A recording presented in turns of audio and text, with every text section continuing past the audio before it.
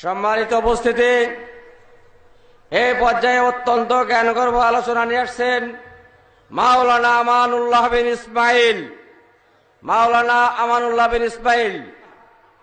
আলোচনার বিষয়বস্তু ইসলামে জিহাদের বিধান। আসসালামু আলাইকুম ওয়া রাহমাতুল্লাহি ওয়া বারাকাতুহু। ইন্নাল হামদালিল্লাহি ওয়াহদাহু والصلاة والسلام على من لا نبي بعده وعلى آله وأصحابه ومن تبعهم بإحسان إلى يوم الدين أما بعد فقد أرشد الباري في معظم تنزيله وعظيم خطابه بعد أعوذ بالله من الشيطان الرجيم يا أيها الذين آمنوا هل أدلكم على تجارة تنجيكم من عذاب أليم تؤمنون بالله ورسوله وتجاهدون في سبيل الله بأموالكم وأنفسكم ذلكم خير لكم إن كنتم تعلمون। আল্লাহ পাকের অশেষ মেহেরবানিতে 26তম তাবলিগি ইজতেমা আহলে হাদিস আন্দোলন কর্তৃক আয়োজিত 26তম তাবলিগি ইজতেমা সফল হতে চলেছে। যে আল্লাহ পাক আমাদেরকে তৌফিক দিলেন, তারই বারগাহে শুকরিয়া আলহামদুলিল্লাহ। উপস্থিত এই তাবলিগি ইজতেমার আহলে হাদিস আন্দোলনের বিভিন্ন স্তরের নেতৃবৃন্দ, দায়িত্বশীল কর্মী, শুভাকাঙ্ক্ষী ও শুভানুধ্যায়ী এবং অন্যান্য সমর্থকবৃন্দ, আজকে আমার আলোচ্য বিষয় ইসলামে জিহাদ বিধান। জিহাদ শব্দের অর্থ হল আল্লাহর পথে সর্বাত্মক প্রচেষ্টা চালানো। قال الإمام ابن حجر العسقلاني رحمه الله تعالى الجهاد شرعا بذل الجهد في قتال المسلمين ويطلق أيضا على مجاهدة النفس والشيطان والفساق। অর্থাৎ হাফিজ ইবনু হাজার আসকালানি রাহিমাহুল্লাহ বলেন, কাফেরদের বিরুদ্ধে সর্বাত্মক যুদ্ধে প্রচেষ্টা নিয়োগ করা, এর দ্বারা নফস প্রবৃত্তি, শয়তান ও ফাসিকদের বিরুদ্ধে জিহাদকেও বোঝানো হয়। জিহাদের উদ্দেশ্য আল্লাহর কালেমাকে সমুন্নত করা।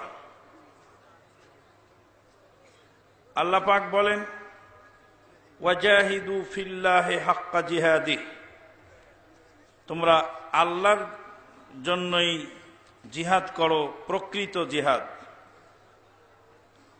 আল্লাহর পথে সত্যিকার অর্থে জিহাদ করো। সূরা হজ ৭৮ নম্বর আয়াত। আবু মুসা আশআরী রাদিয়াল্লাহু তাআলা আনহু নবী সাল্লাল্লাহু আলাইহি সাল্লামকে জিজ্ঞাসা করলেন, কেউ বা যুদ্ধ করে গনিমতের আশায়, কেউ বা যুদ্ধ করে নিজের বীরত্ব জাহিরের জন্য, কেউ বা যুদ্ধ করে প্রাধান্য বিস্তারের জন্য, ইত্যাদি কারণে যুদ্ধ করে। তাহলে আল্লাহর রাস্তায় যুদ্ধ কোনটি? রাসূলুল্লাহ সাল্লাল্লাহু আলাইহি সাল্লাম বলেন, মান কাতালা লিতাকুনা কালিমাতুল্লাহি হিয়াল উলিয়া ফাহুয়া ফি সাবিলিল্লাহ। এই ব্যক্তি এই উদ্দেশ্যে যুদ্ধ করে যে আল্লাহর কালেমা যেন সমুন্নত হয়, সে ব্যক্তি ফি সাবিলিল্লাহর যুদ্ধে অংশগ্রহণকারী যোদ্ধা। সহিহ বুখারী এবং মুসলিমে হাদিসটি এসেছে, মিশকাতুল মাসাবিহ 3814 নম্বর হাদিস। সহিহ মুসলিমে বর্ণিত আরেকটি প্রসিদ্ধ হাদিস বিদ্যমান, যা 1905 নম্বর হাদিস। রাসূলুল্লাহ সাল্লাল্লাহু আলাইহি সাল্লাম বলেন, তুসাআরুন নারু ইয়াওমাল কিয়ামাতি বিসালাসাতিন, তিন ব্যক্তিকে দিয়ে জাহান্নাম আল্লাহ পাক প্রজ্বলিত করবেন। তার মধ্যে প্রথম ব্যক্তি হবে সেই যিনি আল্লাহর রাস্তায় জিহাদ করে নিজের জীবনকে বিপন্ন করে দিয়েছিলেন, আল্লাহর জমিনে তপ্ত তাজা রক্ত ঢেলে দিয়েছিলেন আল্লাহর দ্বীন কায়েমের উদ্দেশ্যে। আল্লাহ পাক হাসরের ময়দানে জিজ্ঞেস করবেন, তুমি যে যুদ্ধ করেছিলে এর উদ্দেশ্য কি ছিল? বলবেন আল্লাহর দ্বীনকে বুলন্দ করার জন্য। আল্লাহ পাক অন্তর্যামী বলবেন, কাযাবতা, তুমি মিথ্যুক, মিথ্যা কথা বলছো। তুমি যুদ্ধ করেছিলে এই জন্য লিউকালু লাকাল জারি, তোমাকে বীর বাহাদুর বলা হবে, এই জন্য যুদ্ধ করেছিলে, আমার দরবারে কিছু পাওয়ার নাই। ফা উমিরা বিহি ফাসুহিবা আলা ওয়াজহিহি হাত্তা উলকিয়া ফিন্নার, নাকের ভরে হেঁচড়িয়ে তাকে টেনে নিয়ে জাহান্নামে ফিকে ফেলে দেওয়া হবে। জিহাদের ফজিলত আল্লাহ পাক বলেন, ইয়া আইয়ুহাল্লাযীনা আমানু হাল আদুল্লুকুম আলা তিজারাতিন তুনজিকুম মিন আযাবিন আলীম, ওহে যারা ঈমান এনেছো, তোমাদের কি এমন এক তিজারতের কথা বলবো না যা তোমাদেরকে মর্মদন্ত শাস্তি থেকে নাজাত দিবে।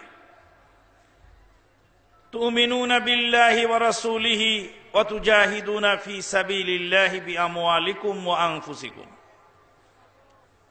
সম্মানিত উপস্থিতি, এই আয়াতের মধ্যে আমরা জানতে পারলাম যে ঈমান আনতে হবে আগে, আল্লাহর রাস্তায় জিহাদ করলে পরকালে নাজাত পাওয়া যাবে।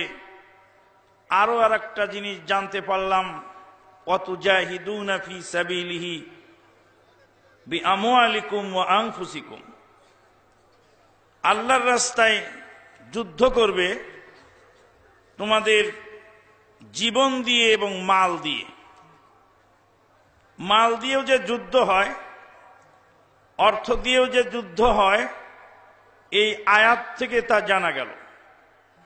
দুঃখজনক হলে সত্য, মহতারাম আমিরে জামাত তার একখানা বইয়ের মধ্যে যখন লিখলেন যে বর্তমান জাহেলিয়াতের মোকাবেলায় যুদ্ধের হাতিয়ার তিনটি, কথা কলম সংগঠন, তখন এক শ্রেণীর আনাড়ি, অপরিপক্ক, অপরিণামদর্শী, অনভিজ্ঞ, কোরআন হাদিসের এলেম না থাকার কারণে কঠোর সমালোচনায় লিপ্ত হলো, অথচ আল্লাহর আয়াতটা তারা পড়ে দেখেনি। আল্লাহ পাক আরো বলেন, ইন্নাল্লাহা আশতারা মিনাল মুমিনিনা আনফুসাহুম ওয়া আমওয়ালাহুম বিআন্না লাহুমুল জান্নাহ ইউকাতিলুনা ফি সাবিলিহি ফায়াকতুলুনা ওয়া ইয়াকতালুন। নিশ্চয় আল্লাহ মুমিনের জানমাল খরিদ করে নিয়েছেন জান্নাতের বিনিময়ে। আল্লাহ পাকের কাছে আমাদের জীবন বিক্রি হয়ে গেছে, আমাদের অর্থ সম্পদ বেচা হয়ে গেছে, বিনিময়ে আমাদের জন্য জান্নাত। জান্নাত ছাড়া আমাদের সামনে আর কিছু চাওয়া পাওয়ার নেই। নবী সাল্লাল্লাহু আলাইহি সাল্লাম বলেন, কোন ব্যক্তি যদি আল্লাহর রাস্তায় আহত হয়, আমাদের জনৈক ভাই আসার পথে অ্যাক্সিডেন্ট করে আহত হয়েছেন, শরীরের রক্ত ঝরে পড়েছে, রাসূলুল্লাহ সাল্লাল্লাহু আলাইহি ওয়াসাল্লাম বলেন, আল্লাহর রাস্তায় যদি কেউ আহত হন আর তার শরীরের রক্ত যদি ঝরে পড়ে, হাসরের ময়দানে রক্ত ঝরা অবস্থায় আল্লাহর ওই বান্দা উঠবেন, রক্তের রং হবে রক্তের মতোই, কিন্তু ঘ্রাণ হবে মিশকে আম্বারের মতো। কোন বর্ণনায় আসছে রক্তের কালার হবে জাফরানি কালার, ঘ্রাণ হবে মিশকে আম্বারের মতো। সমস্ত হাসরবাসীরা সেই রক্তের ঘ্রাণ বুঝতে পারবে,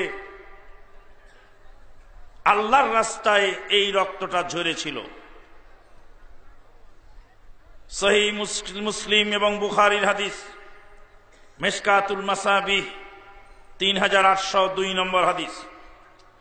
সম্মানিত উপস্থিতি, উপরোক্ত আলোচনা থেকে বোঝা গেল জিহাদ একটি ইসলামের গুরুত্বপূর্ণ বিষয়, যাকে ইসলামী শরীয়তের দৃষ্টিতে নবী সাল্লাল্লাহু আলাইহি সাল্লাম বলেছেন যারওয়াতু সানামিহিল জিহাদ, ইসলামের সর্বোচ্চ চূড়া হলো জিহাদ।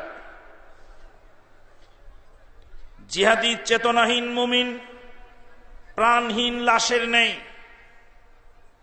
জিহাদি চেতনাহীন মুমিনের জীবন ছাদবিহীন ঘরের মতো। সে কারণেই আজকে এই জিহাদ নিয়ে ধূম্রজাল সৃষ্টি করা হয়েছে দুই শ্রেণীর পক্ষ থেকে। এক শ্রেণীর তারা হলো সুফিবাদে বিশ্বাসী। সুফিজমের মাধ্যমে তারা ইসলামকে খানকা দরগার মধ্যে সীমাবদ্ধ করে দিয়েছে। প্রায় 40 লক্ষ মানুষ ঢাকার একটি নদীর পার্শ্বে সমবেত হয়। 40 লাখ মানুষের সামনে যদি কোনো মুসলিমকে পিটিয়ে হত্যা করা হয়, আহাউহু করার লোক তাদের মধ্যে নাই। এই লোকেরা যত দলে আর পালে বাড়বে, ইসলামের সর্বনাশ তত বেশি হবে। ব্রিটিশ তাদেরকে এই পথ বেছে নেওয়ার জন্য একদম সুন্দর পথ ও তরিকা বানিয়ে দিয়েছে। কারণ ব্রিটিশরা সবচেয়ে বেশি এফেক্টেড হয়েছিল আহলে হাদিসদের দ্বারায়। আহলে হাদিসদের জিহাদি চেতনার কারণে ব্রিটিশ এদেশ ছাড়তে বাধ্য হয়েছিল, যারই ফলশ্রুতিতে তারা গোলাম আহমদ কাদিয়ানীকে আহলে হাদিসদের লেবাস পরিয়ে আহলে হাদিসদের সর্বনাশ করার জন্য টাকা পয়সা দিয়ে উস্কানি দিয়ে দাঁড় করে রেখে যায়। অপরপক্ষে আমাদের ঘরের সন্তানেরা, তরুণ উদীয়মান যুবক, অপরিণামদর্শী, হ্যামেলিনের বাঁশিওয়ালা, বায়বীয় ইন্টারনেটের মুফতি, বায়বীয় মুফতি, ইন্টারনেট গরমকারী, এই সমস্ত মুফতি মহোদয়ের বক্তব্যে উদ্বুদ্ধ হয়ে এক শ্রেণীর যুবকেরা জিহাদের অপব্যাখ্যা করে তারা ইসলাম এবং মুসলিমদের ক্ষতি করেই চলছে। তাদের স্লোগান হলো জিহাদ জিহাদ জিহাদ চাই, শুরু হলে আমরা নাই। জিহাদ কি জিনিস? জিহাদের শর্ত কি? কে জিহাদ করবে? কার বিরুদ্ধে করবে? কখন ফরজে আইন হবে? কখন ফরজে কেফায়া হবে? যুদ্ধের ময়দান কিভাবে পরিচালিত হবে? এ সম্পর্কে তাদের কোনো জ্ঞান কাণ্ড কিছুই নেই, অথচ জিহাদ নাম দিয়ে ডাকছে। বন্ধুগণ, যা পরবর্তীতে আস্তে আস্তে আসবে ইনশাআল্লাহ, মনোযোগ দিয়ে শুনি বুঝার চেষ্টা করুন। নবুয়তি জিন্দেগীর দীর্ঘ 23 বছরের প্রথম 13 বছর মাক্কি জিন্দেগীতে সশস্ত্র জিহাদের নির্দেশ দেওয়া হয়নি, বরং প্রতিকূল পরিবেশে প্রজ্ঞা ও সুন্দর উপদেশের মাধ্যমে দাওয়াত দেওয়ার নির্দেশ আল্লাহ পাক নবী মুহাম্মদুর রাসূলুল্লাহ সাল্লাল্লাহু আলাইহি সাল্লামকে দিয়েছিলেন। আল্লাহ পাক বলেন, উদউ ইলা সাবিলি রাব্বিকা বিল হিকমা ওয়াল মাউইজাতিল হাসানা ওয়াজাদিলহুম বিল্লাতী হি আহসান। হে নবী, আপনি তাদেরকে আপনার রবের পথে দাওয়াত দিন প্রজ্ঞা এবং সুন্দর নসিহতের মাধ্যমে সূরাতুন নাহল 125 নম্বর আয়াত। আল্লাহ পাক বলেন, ইদফা বিল্লাতি হিয়া আহসান ফাইযাল্লাযী বাইনাকা ওয়া বাইনাহু আদাওয়াতুন কান্নাহু ওয়ালিয়্যুন হামীম ওয়া মা ইউলাক্কাহা ইল্লাল্লাযীনা সাবারু ওয়া মা ইউলাক্কাহা ইল্লা যু হাযযিন আযীম। সূরা আমিন সাজদা 34 এবং 35 নম্বর আয়াত। আল্লাহ পাক বলেন, উত্তম পন্থায় প্রতিহত করো যার সাথে তোমার শত্রুতা আছে, অবশ্যই সে একদিন তোমার বন্ধুতে পরিণত হবে। আল্লাহ রাব্বুল আলামিন বলেন, নাহনু আ'লামু বিমা ইয়াকুলুন ওয়া মা আনতা আলাইহিম বিজাব্বার ফাযাক্কির বিল কুরআনি মান ইয়াখাফু ওয়াঈদ। সূরা কাফ 45 নম্বর আয়াত। আল্লাহ পাক বলেন, অর্থাৎ হে নবী, আমি ভালো করে জানি ওরা যা তোমার বিরুদ্ধে বলে। আপনাকে স্বৈরাচারী করে পাঠানো হয়নি হে নবী। ওয়া মা আনতা আলাইহিম বিজাব্বার, তুমি তাদের উপরে কঠোর হও না। ফাযাক্কির বিল কুরআন, কোরআন দিয়ে নসিহত করো। আল্লাহ পাক আরো বলেন, ওয়া ইযা রাআইতাল্লাযীনা ইয়াখুযুনা ফি আয়াতিনা ফাআরিদ আনহুম হাত্তা ইয়াখুযু ফি হাদিসিন গায়রিহি। সূরা আনআম 68 নম্বর আয়াত। হে নবী, আপনি যখন তাদেরকে দেখেন তারা আমার আয়াত নিয়ে হাসি তামাশা বিদ্রুপ করে, আমার আয়াতের প্রতিবাদ প্রতিহত করার চেষ্টা করে, আপনি তাদের থেকে মুখ ফিরিয়ে নিন যতক্ষণ পর্যন্ত তারা অন্য কথায় না লিপ্ত হয়। আমাদের দিনী ভাইদেরকে আমরা বলবো, ইন্টারনেটের মধ্যে আমাদেরকে কাদিয়ানি বলা হয়, কেউ বা ইহুদি নাসারার দালাল বলে, কেউ বা অমুক বলে তমুক বলে। ইন্টারনেটের ওই সমস্ত প্রশ্নের জবাব দেওয়ার সময় আমাদের নেই, কারণ আমাদের হায়াত সীমিত। আমাদের জন্য কোরআন এবং সহিহ হাদিস যথেষ্ট, যা এই আয়াত আমাদেরকে শিখিয়ে দিচ্ছে। আমাদের দিনী ভাইদেরকে পরামর্শ দিতে চাই, যতক্ষণ ওই ইন্টারনেটে বেদাতীদের বক্তব্য শুনবেন, তার চেয়ে কোরআনের আয়াত তেলাওয়াত করুন, হাদিস পড়তে থাকুন। কোরআন আর হাদিস আপনার জন্য যথেষ্ট। একজন ভাই বলছিলেন, 20 রাকাত তারাবির দলিল আমার কাছে আছে। কতটি আছে? হাজার হাজার দলিল আছে, হাজার হাজার দলিল 20 রাকাত তারাবির আছে, তুমি পড়ো, আমার কোনো সমস্যা নেই। সিদ্দিকা বিনতে সিদ্দিক মুবাররাতুম মিন ফাওকে সাবে সামাওয়াত, চরম সত্যবাদীর মেয়ে, চরম সত্যবাদিনী আয়েশা সিদ্দিকা রাদিয়াল্লাহু তাআলা আনহা ওয়া আরদাহা, দুনিয়ার কোন চেয়ারম্যান মেম্বারের দেওয়া সার্টিফিকেট নয়, আল্লাহর আসমান থেকে আল্লাহ পাক যাকে ক্যারেক্টার সার্টিফিকেট দিয়েছিলেন। মা আয়েশা সিদ্দিকা রাদিয়াল্লাহু তাআলা আনহা বলেন, রাসূলুল্লাহ সাল্লাল্লাহু আলাইহি সাল্লাম রমাদানেও নয়, অন্য মাসেও নয়, 11-র বেশি পড়েননি। এই চগলখোর মুফতিরা ওরা যে বলবে যে এটা তারাবির হাদিস, এটা তাহাজ্জুদের হাদিস, তারাবি নয়। তাই আল্লাহ পাক 1400 বছর আগে সিদ্দিকা বিনতে সিদ্দিকের মুখ দিয়ে বের করে নিয়েছেন, রমাজানেও না, অন্য মাসেও না, কোন মাসেই 11-র বেশি পড়েন না। 1400 বছর পরে যে এসে কোরআন হাদিসের উপরে নগ্ন হামলা চালাবে, সেই হামলা থেকে আল্লাহ হেফাজত করার জন্য সিদ্দিকা বিনতে সিদ্দিকের মুখ দিয়ে 1400 বছর পূর্বে আল্লাহ পাক বের করে নিয়েছেন, রমাজানেও না, অন্য মাসেও না। তাহলে দ্যাট ইজ এনাফ, আমাদের জন্য এটুকু যথেষ্ট। আমাদের আর এত কিছু দেখার সময় নেই। হাদিস সহিহ বুখারীতে বিদ্যমান, বর্ণনাকারী সিদ্দিকা বিনতে সিদ্দিক, এবং তার ভাষা হলো রমাদানেও নয়, অন্য মাসেও নয়। 11-র বেশি পড়েননি। এই মূলনীতির উপরে আপনি আগাবেন। আপনাকে কেউ কাদিয়ানি বলছে বলুক, কেউ আপনাকে বলছে বুর্জুয়া বলুক, কেউ সরকারের ধ্বজাধারী বলছে বলুক, কেউ আপনাকে আরো কিছু বলছে বলুক, কোনো সমস্যা নেই।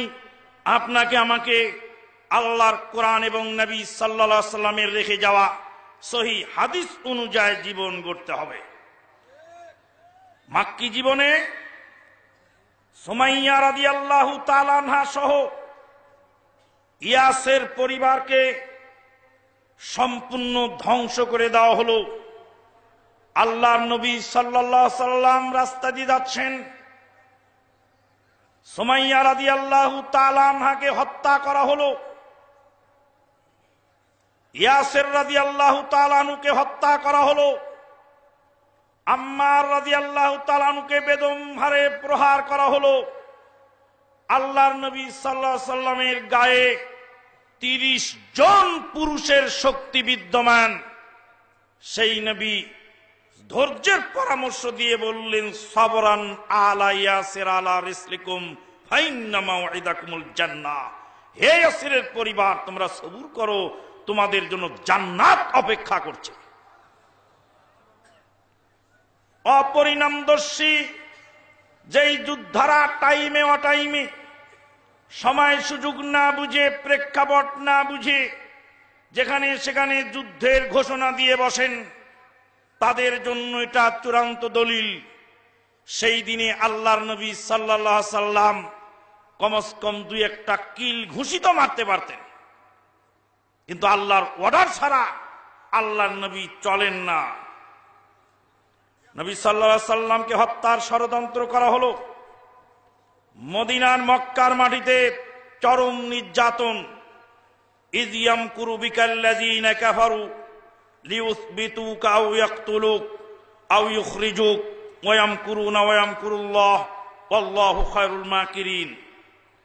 সূরা আনফাল 30 নম্বর আয়াতে আল্লাহ পাক বলছেন, হে নবী, আপনি স্মরণ করুন সেই ভয়াবহ অবস্থার কথা যখন তারা আপনার বিরুদ্ধে বিভিন্ন ষড়যন্ত্রে লিপ্ত ছিল। যারা কুফরি করেছে তারা আপনার বিরুদ্ধে ষড়যন্ত্রে লিপ্ত ছিল। তারা চেয়েছিল আপনাকে বেঁধে ফেলতে, তারা চেয়েছিল আপনাকে আটক করতে, তারা চেয়েছিল আপনাকে হত্যা করতে, তারা চেয়েছিল আপনাকে বাড়ি থেকে বের করে দিতে। অবস্থা চরম হয়ে গেল। সাহাবায়ে কেরামগণ নবী সাল্লাল্লাহু আলাইহি সাল্লামের কাছে গিয়ে আরজ করলেন, হে আল্লাহর নবী, পরিস্থিতি খুব খারাপ, সবুর করা আমাদের জন্য কঠিন হয়ে গেল। এখনো আল্লাহর পক্ষ থেকে সাহায্য আসে না। আমরা কি খালি মার খেয়েই যাব? প্রতিবাদ কি করতে পারবো না? রাসূলুল্লাহ সাল্লাল্লাহু আলাইহি সাল্লাম বললেন, তোমাদের পূর্বের উম্মতদের শরীরের গোশত চিরুনি দিয়ে আঁচড়ে তুলে নেওয়া হয়েছিল, লোহার করাত দিয়ে দ্বিখণ্ডিত করা হয়েছিল, তারপরেও তারা ধৈর্য ধারণ করেছিল। ওয়ালাকিন্নাকুম কওমুম মুস্তাজিলুন, তোমরা খুব তাড়াতাড়ি করছো, সবুর করো। আল্লাহ রাব্বুল আলামিন মক্কা থেকে মদিনায় হিজরত করার অনুমতি দিলেন। মদিনায় গিয়ে সাহাবায়ে কেরামদেরকে নিয়ে ইসলামী রাষ্ট্রের সূচনা হলো। পায়ের তলায় মাটি এলো। নবী সাল্লাল্লাহু আলাইহি সাল্লাম মদিনার রাষ্ট্রের জিম্মাদার। এমতো মুহূর্তে তারা মক্কা থেকে গেল বাড়ির উপর মারতে। ধৃষ্টতা চূড়ান্ত পর্যায়ে। মক্কায় তো থাকতে দেয়নি, এবার মদিনায় গিয়ে আক্রমণ করবে, এই ধৃষ্টতা তখন দেখালো। আল্লাহ রাব্বুল আলামিন বললেন, এখন সময় এসেছে, এখন তোমরা প্রতিহত করো। আল্লাহ পাক বলেন, উযিনা লিল্লাযীনা ইউকাতিলুন বিআন্নাহুম যুলিমু ওয়া ইন্নাল্লাহা আলা নাসরিহিম লাকাদির। উযিনা লিল্লাযীনা ইউকাতালুন বিআন্নাহুম যুলিমু, তাদেরকে অনুমতি দেওয়া হলো যাদের বিরুদ্ধে যুদ্ধ চাপিয়ে দেওয়া হচ্ছে, যাদের বিরুদ্ধে তাদেরকে অনুমতি দেওয়া হলো, তারা যুদ্ধ করতে পারবে। যুদ্ধ করার অনুমতি আল্লাহ পাক দিলেন। আল্লাহ পাক বলেন বিআন্নাহুম যুলিমু, কেননা তারা নির্যাতিত হয়েছে। নির্যাতিত হওয়ার কারণে উযিনা লিল্লাযীনা ইউকাতালুন বিআন্নাহুম যুলিমু ওয়া ইন্নাল্লাহা আলা নাসরিহিম লাকাদির। যাদের উপরে যুদ্ধ চাপিয়ে দেওয়া হচ্ছে, তাদেরকে অনুমতি দেওয়া হলো তারা যেন প্রতিহত করে, কেননা আল্লাহ পাক তাদেরকে সাহায্য করতে সক্ষম। জানতে হবে আমাদেরকে, যুদ্ধ দুই প্রকার। এক প্রকার যুদ্ধকে আরবিতে বলা হয় হুজুম, অ্যাটাক, আর আরেক প্রকার যুদ্ধকে বলা হয় দেফা, প্রোটেকশন। ইসলামে যত যুদ্ধ হয়েছে, মুসলিমদের পক্ষ থেকে অ্যাটাক করা হয়েছে খুব কম। প্রোটেকশন যুদ্ধ, দেফা যুদ্ধ বেশি হয়েছে। আল্লাহ রাব্বুল আলামিন আরো বলেন কাতিলুল্লাযীনা ইউকাতিলুনাকুম ওয়ালা তা'তাদু, তাদেরকে তোমরা হত্যা করো, তাদের সাথে তোমরা যুদ্ধ করো যারা তোমাদের সাথে যুদ্ধ করে। ওয়ালা তা'তাদু, সীমা লঙ্ঘন করো না। আল্লাহর এই আয়াতে বোঝা গেল, যুদ্ধ যদি তারা করতে আসে তাহলে প্রতিহত করো, গায়ে পড়ে যুদ্ধ করতে যেও না। আল্লাহ নবী সাল্লাল্লাহু আলাইহি ওয়াসাল্লাম আল্লাহ পাক আরো বলেন ওয়ালা তা'তাদু, সীমা লঙ্ঘন করো না। সীমা লঙ্ঘন কি জিনিস? পরিষ্কার পরবর্তী হাদিসে আসছে, সহিহ মুসলিম 1731 নম্বর হাদিস। নবী সাল্লাল্লাহু আলাইহি ওয়াসাল্লাম বলেন উগযু বিসমিল্লাহি ফি সাবিলিল্লাহ ওয়া কাতিলু মান কাফারা বিল্লাহ। বিসমিল্লাহ বলে আল্লাহর রাস্তায় যুদ্ধ করো, আল্লাহর নামে আল্লাহর রাস্তায় যুদ্ধ করো। কাফেরদের সাথে যুদ্ধ করো। উগযু ওয়ালা তাগুল্লু, যুদ্ধ করো, গনিমতের খিয়ানত করো না। ওয়ালা তাগদুরু, গাদ্দারি করো না। ওয়ালা তুমাসসিলু, কোন কাফের অঙ্গহানি ঘটায়ও না। ওয়ালা তাকতুলুল বিলদান ওয়ালা আসহাবাস সাওয়ামি'i, অসহায় বাচ্চাদেরকে হত্যা করো না। ইবাদতখানায় ইবাদতরত ব্যক্তিদেরকে হত্যা করো না। নিরস্ত্র মানুষকে হত্যা করো না। নিরীহ মানুষকে হত্যা করো না। আব্দুল্লাহ বিন উমর রাদিয়াল্লাহু তাআলা আনহু বলেন, কোন এক যুদ্ধে নবী সাল্লাল্লাহু আলাইহি সাল্লাম একজন রমণীর লাশ দেখতে পেয়ে তিনি ক্ষুব্ধ হয়ে বলেছিলেন, কোন অবস্থায় কোন মহিলার গায়ে তোমরা হাত তুলো না, কোন মহিলাকে হত্যা করা হারাম। ইসলাম কাফেরের বিরুদ্ধে যুদ্ধের ঘোষণা দিয়েছে। যেসব ক্ষেত্রে যুদ্ধ হবে সেই ক্ষেত্রে নাবালক শিশুকে হত্যা করা হারাম, অসহায় মহিলাদেরকে হত্যা করা হারাম, মুসলিম রাষ্ট্রে যারা পাসপোর্টধারী তাদেরকে হত্যা করা হারাম, যারা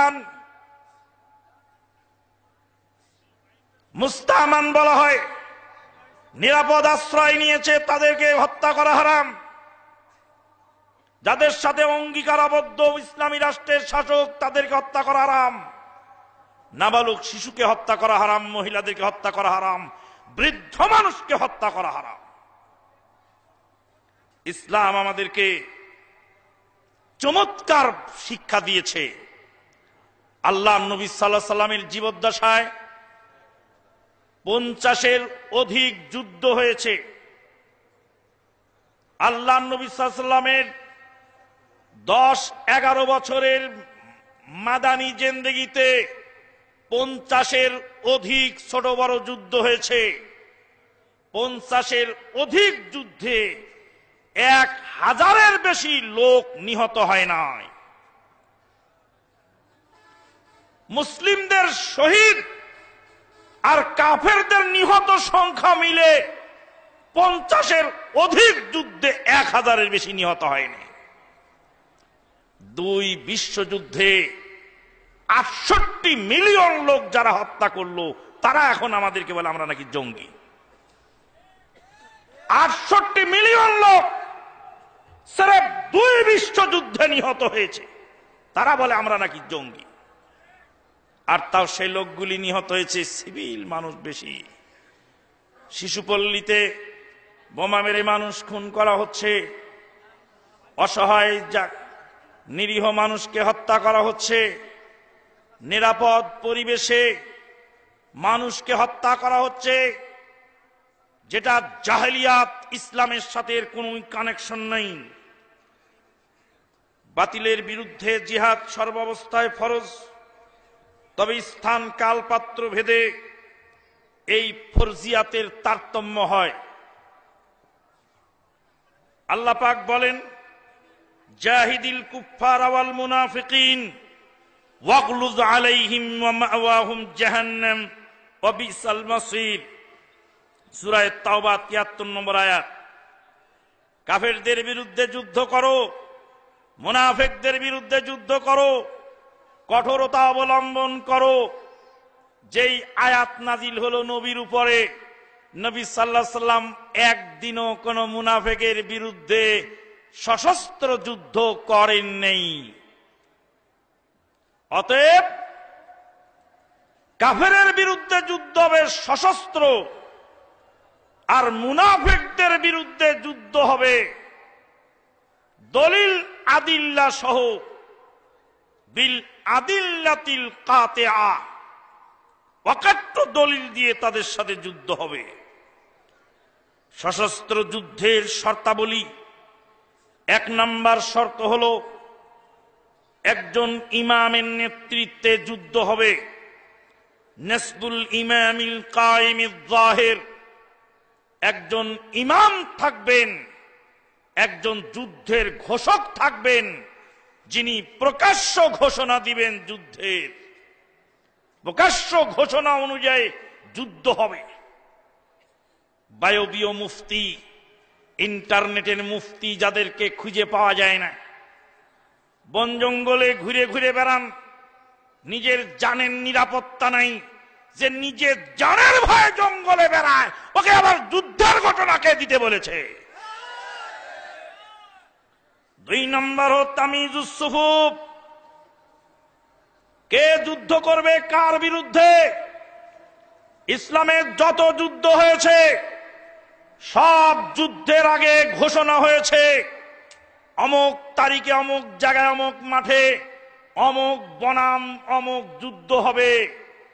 রাতের অন্ধকারে বোম ফাটানোকে যারা যুদ্ধ মনে করে, রাস্তায় গাছ কেটে ফেলে দিয়ে রাস্তা অবরোধকে যারা যুদ্ধ মনে করে, রাতের অন্ধকারে নিরীহ জনগণকে পেট্রোল বোমা মেরে পুড়িয়ে মারাকে যারা যুদ্ধ মনে করে, ওই যুদ্ধের সাথে ইসলামের কানেকশন নাই, আমরাও কানেকশন রাখি না।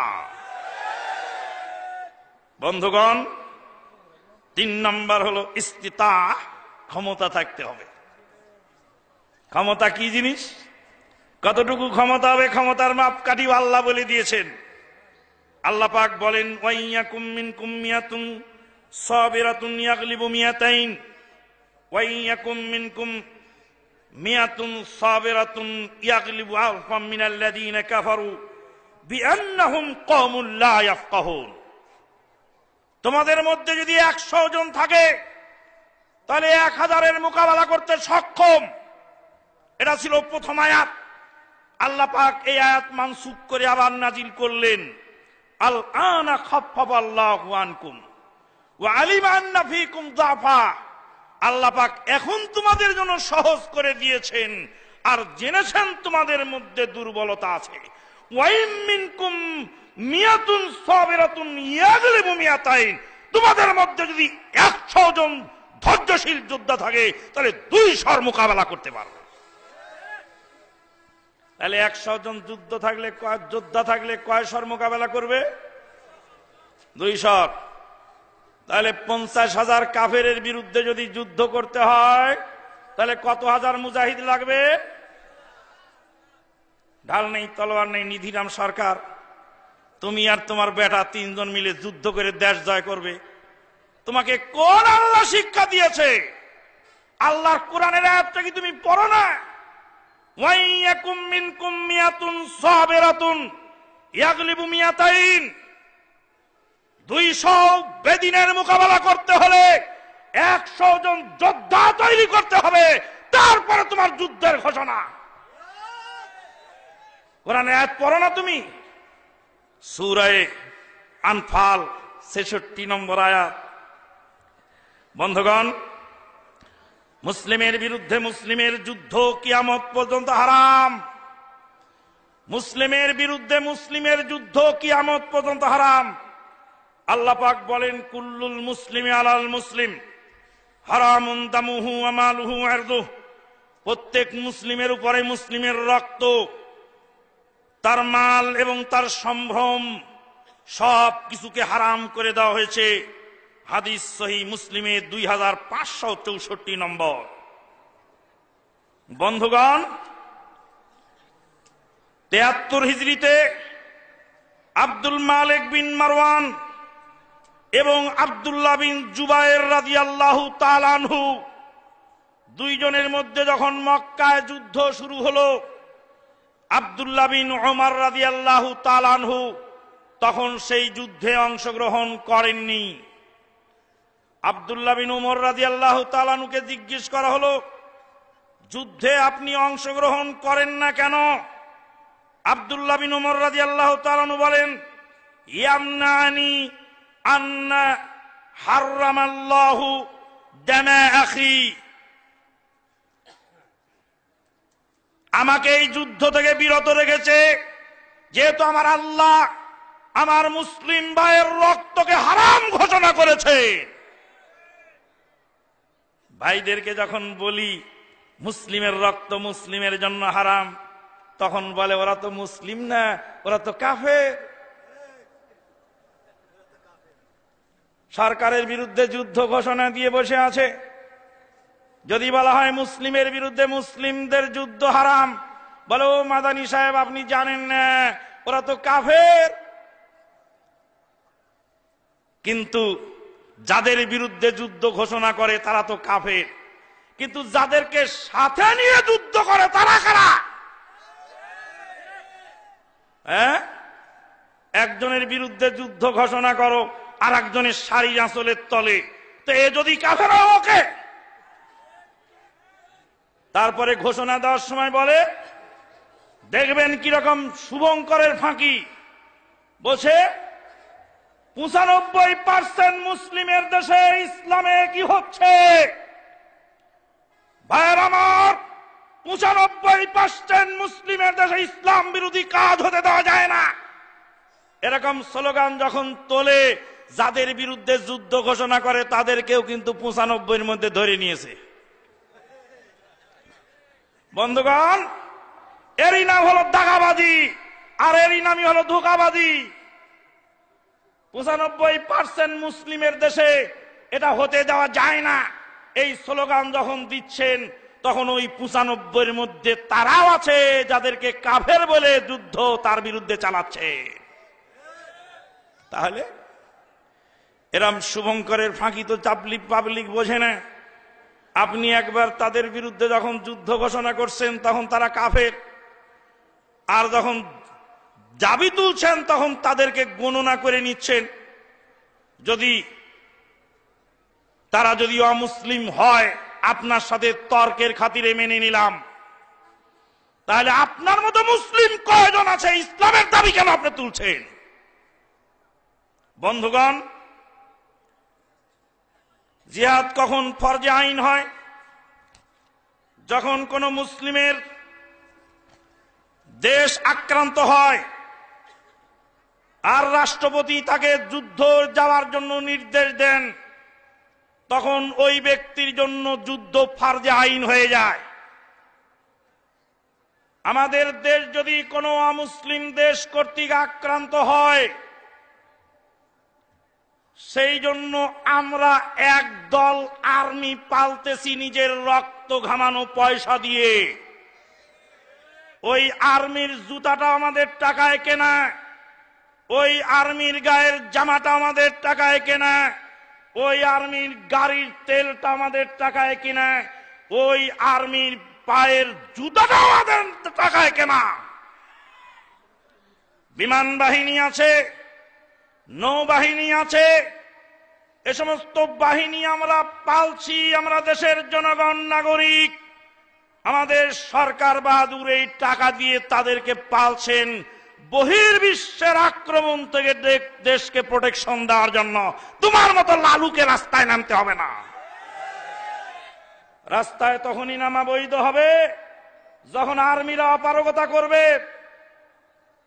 বিডিআর অপারগতা করবে, প্রকাশ করবে, বিমান বাহিনী নৌবাহিনী অপারগতা প্রকাশ করবে। এখন বলবে সিভিল থেকে লোক লাগবে, তখন সরকার যাকে দায়িত্ব দিবে সে যুদ্ধে নামবে। কোন লালু ভুলু মুফতির কথায় যুদ্ধে নামার অনুমতি ইসলাম দেয় নেই। যদি আল্লাহর অনুমতি ছাড়া যুদ্ধ চলতো, সেদিন ইয়াসের পরিবারকে নবীর সামনে ডিস্ট্রয় করে দেওয়া হলো। নবী কমস কম একটা ঘুষি হলেও মারতে পারতেন, কিন্তু মারেন না, কারণ আল্লাহর অর্ডার ছাড়া চলে না। 2 নম্বর বিষয় জানতে হবে, যুদ্ধ যেমন চলছে বেদিনদের মুসলিমদের যুদ্ধ সেরকম হবে। এখন বর্তমান জামানায় মিলিটারি অ্যাটাকের চেয়ে সাংস্কৃতিক অ্যাটাক চলছে বড় ভয়াবহ কায়দায়। তাই সৌদি আরবের প্রধান মুফতি শেখ আব্দুল আজিজ বিন আব্দুল্লাহ বিন বাজ রাহিমাহুল্লাহ বলেছিলেন, মিলিটারি অ্যাটাকের চেয়ে সাংস্কৃতিক অ্যাটাক আরো ভয়াবহ। সাংস্কৃতিক অ্যাটাক থেকে বাঁচার জন্য জাতিকে সচেতন করা জরুরি। এটা হলো বর্তমান জামানার সবচেয়ে বিশেষ প্রয়োজন, যেটাকে বলা হয় আল গাজুল ফিকরি। মুসলিম জনপদে বোমা ফাটিয়ে, মুসলিম জনপদে বোমা ফাটিয়ে মুসলিম জনপদে মানুষ খুন করে জিহাদ করা যায় না। ওই জিহাদ ইসলাম সমর্থন করেনি। কোন মানুষকে, কোন মুসলিমকে কাফের গণ্য করার জন্য 1 নম্বর বিষয় জানতে হবে, শারঈ দলিল ছাড়া কাউকে কাফের বলা যায় না। কোন লোককে যদি কাফের আমি বলি, আর সে যদি কাফের না হয়, তাহলে আল্লাহর আদালতে আমাকে কাফের বলে গণ্য হতে হবে। অতএব কাউকে কাফের মনে করাটা বড় ভয়াবহ বিষয়। 2 নম্বর, যাকে কাফের বলবো তার ইলম থাকতে হবে। বিনা ইলমে কেউ যদি কুফরি কাজ করে তাহলে তাকে কাফের বলা যায় না। যার জ্বলন্ত প্রমাণ কোরআন হাদিসে ভুরি ভুরি রয়েছে, তার একটি প্রমাণ হলো রাসূলুল্লাহ সাল্লাল্লাহু আলাইহি ওয়াসাল্লাম বলেন, একজন ব্যক্তি পাপিষ্ঠ লোক ছিল, মরার সময় ছেলেদেরকে বলল, আমার লাশকে পুড়িয়ে ছাই বানিয়ে এই ছাই তোমরা বাতাসে উড়ায় দিও, পানিতে ভাসায় দিও। আল্লাহ পাক তাকে আবার পুনরায় সৃষ্টি করে বললেন, তোমার এই কথা বলার কারণ কি? আমাকে পুড়িয়ে দিলে আমার আল্লাহ আমাকে দেখতে পাবে না, ধরতে পারবে না, মারতে পারবে না, শাস্তি দিতে পারবে না। এই কুফরি আকীদা নিয়ে লোকটা মারা গেল। আল্লাহ পাক তাকেও ক্ষমা করলেন, যেহেতু তাদের বুঝের ভুল ছিল। বুঝের ভুলের কারণে আল্লাহ পাক কাউকে ক্ষমা করে দিতে পারেন। আমি যাকে কাফের বলবো সেক্ষেত্রে আমারও ইলম থাকা জরুরি। 3 নম্বর হলে ইকামাতুল হুজ্জা আলাইহিম, তাকে পরিষ্কার দলিল দিয়ে প্রমাণ করতে হবে তোমার এই কাজের কারণে তুমি কুফরি করেছো, অতএব তোমাকে তওবা করে ফেরত আসতে হবে। যদি সে মেনে নেয় ফাবিহা ওয়া নি'মা, আর যদি মেনে না নেয় তখন তাকে আপনি কাফের মনে করতে পারেন। হাতিব বিন আবি বালতা রাদিয়াল্লাহু তাআলা আনহু মদিনার গোপন ভেদ চিঠিতে লিখে পাঠিয়েছিলেন মদিনায়, মক্কায় পাঠিয়ে দিয়েছিলেন। এই ধরনের একটি বিশেষ ব্যাপার নবী সাল্লাল্লাহু আলাইহি সাল্লাম তাকে ক্ষমা করে দিয়েছিলেন। ইমাম আহমদ বিন হাম্বল রাহিমাহুল্লাহ, খলিফা মুতাসিম বিল্লাহ তাকে জেল খাটিয়েছিল, তিনবার জেল খেটেছিলেন। সরকার বদল হয়েছে, কিন্তু ইমাম আহমদ বিন হাম্বল জেল মুক্ত হতে পারেননি। ইমাম আহমদ বিন হাম্বল রাহিমাহুল্লাহ তিনি তাদেরকে কাফের বলে গণ্য করেননি, এমনকি খালকে কোরআনের কায়েল ছিলেন তারা।